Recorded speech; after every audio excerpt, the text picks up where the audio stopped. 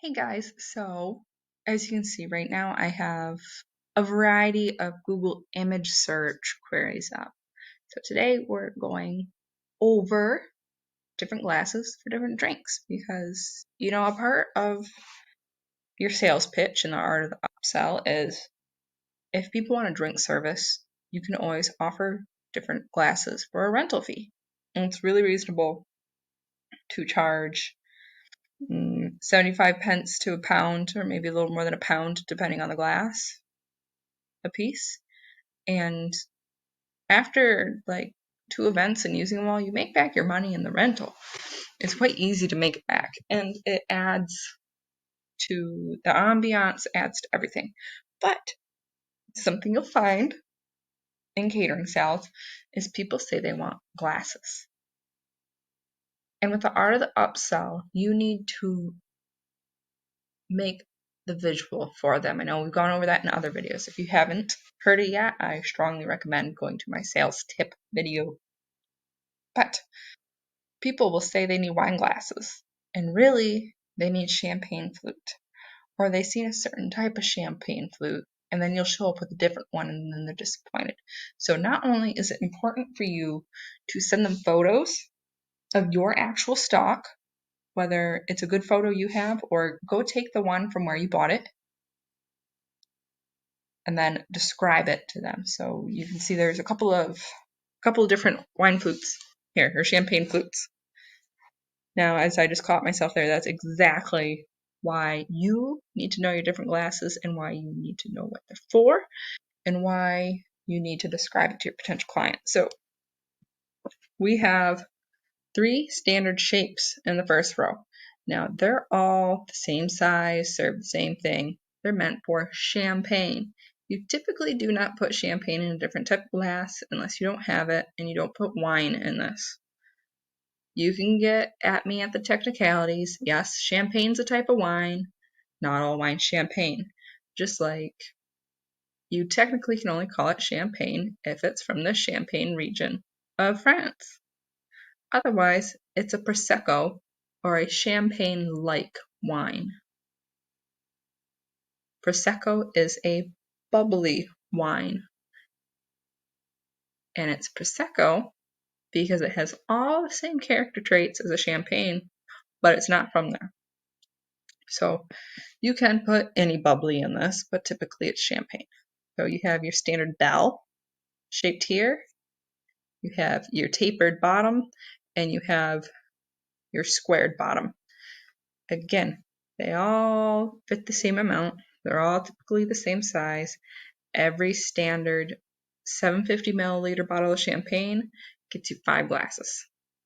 Same rule as a classic bottle of wine. It's just how they want it to look. Square bottoms often feel more elegant because these are easier to find.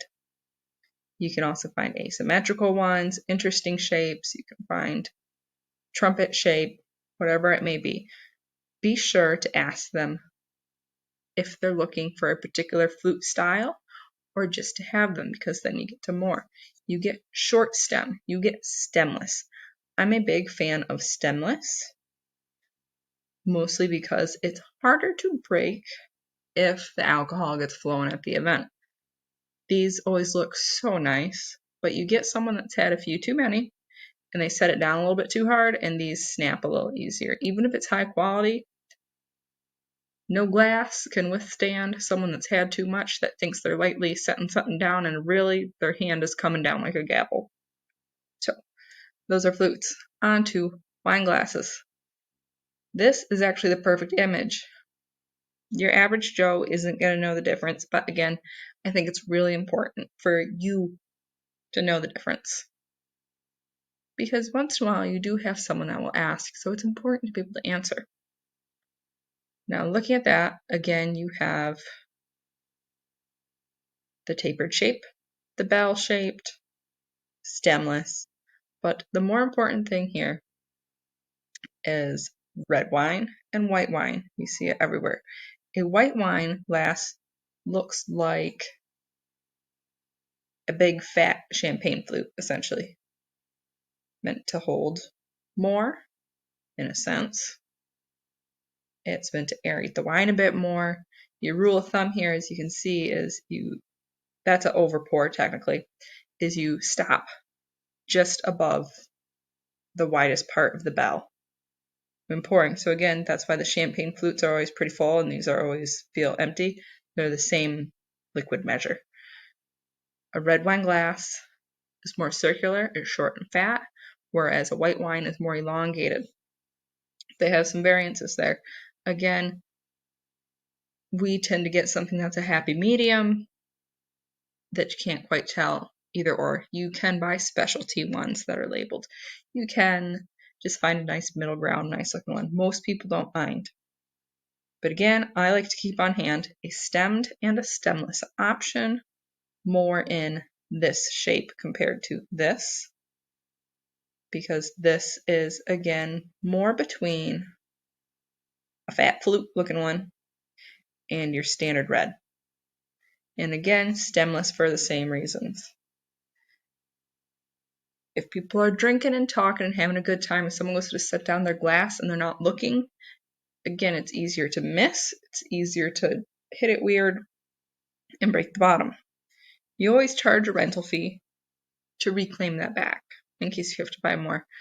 But if you feel like it's going to be a big drinking event, you might want to send stemless or ask if they're okay with stemless without saying, your guests might break a little less from drinking. I wouldn't bring that up unless they really pry. They usually don't. Let's move to coffee cups.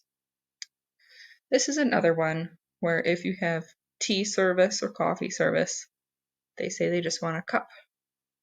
Again, it's more important for you to know the difference. An espresso cup, I might say it wrong, is a demitasse, D-E-M-A-T-A-S-S-E, I believe. Essentially this. It fits about 4 ounces max. It's little because it's meant for a shot, maybe 2 of espresso. And then you move up. You have your standard coffee cups like this and coffee cups like that. That's actually more of a cappuccino cup. Same purpose. Cappuccino tends to be short, fat, very round because cappuccino is mostly foam. So you want a nice big cup so it looks nice. A latte cup is going to be similar, but it's going to be more tapered. Still will have the art, but has a different shape. And then we move into teacups. We'll see what comes up with this. Yay, just as I'm hoping. If you tell someone they're going to have a teacup, this often is what people think of. So, very important to describe exactly what you have. Vintage inspired, blue, floral, China, print inspired, whatever it may be, and get photos. They're going to be thinking often the gold rim, scalloped or straight edge, matching cup. Otherwise, you have the modern one like this, classic white, looks just like a coffee cup with a white saucer. So be sure to describe exactly what you have. And then you can move into the more minute differences, like a matcha teacup is going to be a little bit different than a standard teacup like this. But then let's go over one more. Beer glass service is one that's typically just in bars, but you know what? If you really want to stand out amongst the crowd, have some different glasses on hand for different beers, right? So I'm sure we've all seen that ale glass. We're going to open this up, okay? You can find a lot of these on the Cicerone website too. It is essentially a sommelier, but beer. Cicerone, Cicerone. They have tons of classes on this. So ales, you'll typically find the ale glass used and the blonde glass used for most beers. It's your standard pub pint, fits a pint. Then you get into the specialty glasses. We've all seen the big Hefeweizen glasses. Fits a lot of extra beer, looks really nice. It's that big old glass of beer. That's the best way to put it. You go out to a restaurant, a pub, wherever, and you want a big beer, looks big in your hand, usually you get this glass. Pilsner looks more like a snifter. Again, because it's more of a winter brewed beer is the best way to put it. Like typically like a lager and pilsners tend to be cold brewed, not like cold brew coffee. Their cups are different. All these shapes are in the name of different effervescent in beer. We can keep going. We'll look at other things like these. Everyone loves the dimpled glass. Again, it's pretty standard ale, IPA sometimes, best bitter, those type of beers you often find in the dimpled glass. I always recommend that one to have on hand if you're going to do glass service with beer. People like it. It looks fun. Anything with the fat handle. It just looks fun. But I would strongly recommend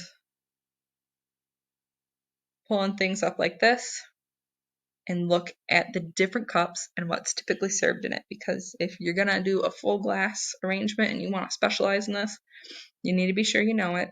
You need to be sure you can describe it. So that's all. If you would like to check out other glasses, other pairings, what goes where, feel free to drop a comment below.